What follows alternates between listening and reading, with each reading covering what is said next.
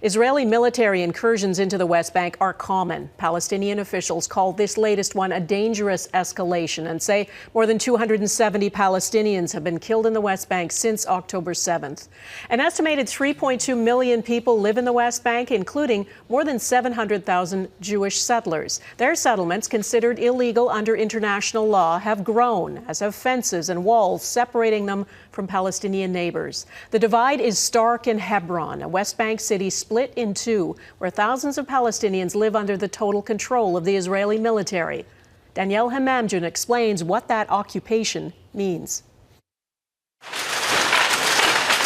A symbol of Palestinian nationalism, of Palestinian resistance. Since 1961, these machines have been weaving the traditional keffiyeh, used as a scarf or a headdress. The last authentic factory in the West Bank has seen a surge in global demand since the conflict began.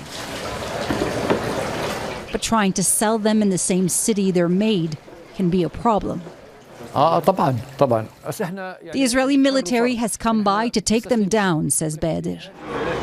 His shop is in an area called H2, divided and controlled by the IDF.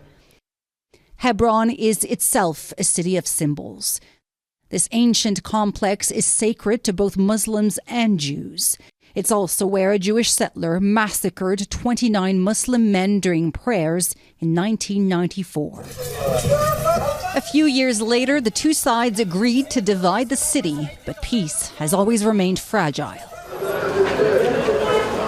Now nearly 40,000 Palestinians live in H2, moving mostly through checkpoints.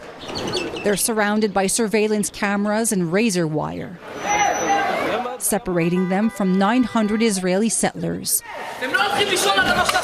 considered to be some of the most extreme in the West Bank, according to human rights groups. The Israeli military protects them.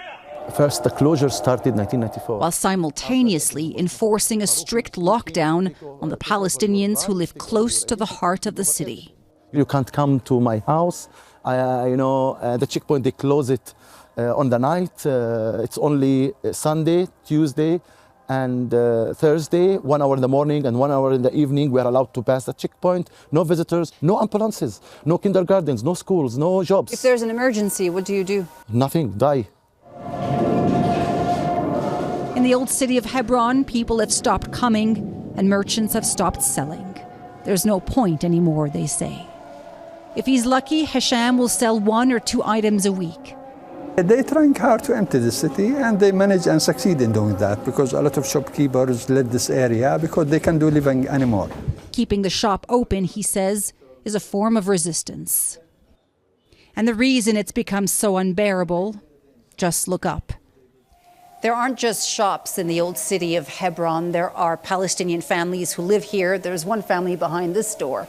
When they come out, they'll see the garbage right above them, and upstairs, Israeli settlers. Palestinians have had to build a fence on top to catch the garbage Israeli settlers throw down at them. In some cases, they live just a few feet apart. Now, here, that's a Palestinian family.